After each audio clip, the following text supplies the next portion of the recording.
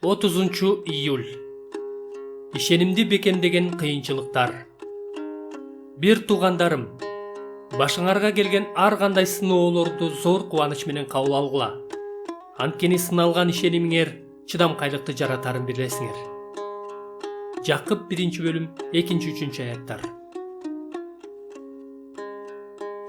Кандай гана кызыктай угулбасын, азап кайгынын эң негизги максаттарынын бири бул олку-солку болбос ишенимге ээ болуу. Ишеним булчунга окшош. Аны болушунча тырыштырсак, ал алсырабастан, тескерисинче бекемделет. Жакып ушундай ойду айтып жатат. Ишенимибизге бир нерсе коркунуч туудурса, аны сынаса жана сынып калчудай деңгээлге чейин ага каршы күч колдонсо, анын натыйжасында дагы да туруштук берген күчтүү ишеним жаралат. Жакып муну чыдамкайлык деп атайт. Кудай ишенимди ушунчалык жакшы көргөндүктөн аны таза жана бекем сактоо үчүн сынып калчудай деңгээлге чейин сыноого салат. Мисалы, 2-Корундуктар 1-бөлүм 8-9 аяттарда айтылгандай, ал Павылга ошондой кылган.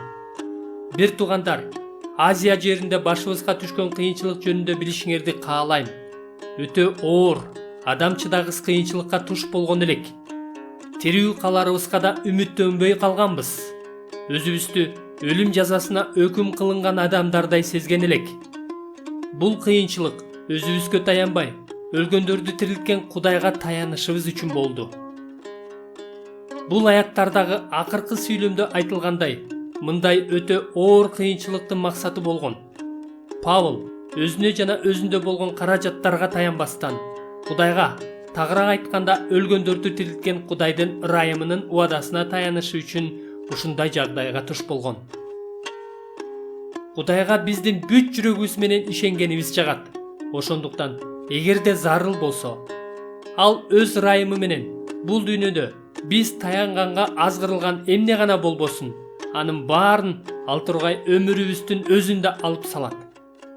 Биздин ишенимибиз дагы да тереңдеп, дагы да бекемделип, анын өзүнөн башка эч нерсеге муктаж же көз каранды болбошубуз үчүн ал ушундай кылат. Кудай биздин да забурчуга окшоп, асманда мага сенден башка ким керек? Жерде да мага сенден башка эч нерсенин кереги жок. Денем да, жүрөгүм да алсырады, бирок жүрөгүмдүн жөлөгү, түбөлүк үлүшүм Кудай деп айта алышыбызды каалайт. Забур 72-бөлүм 25-26 аяттар.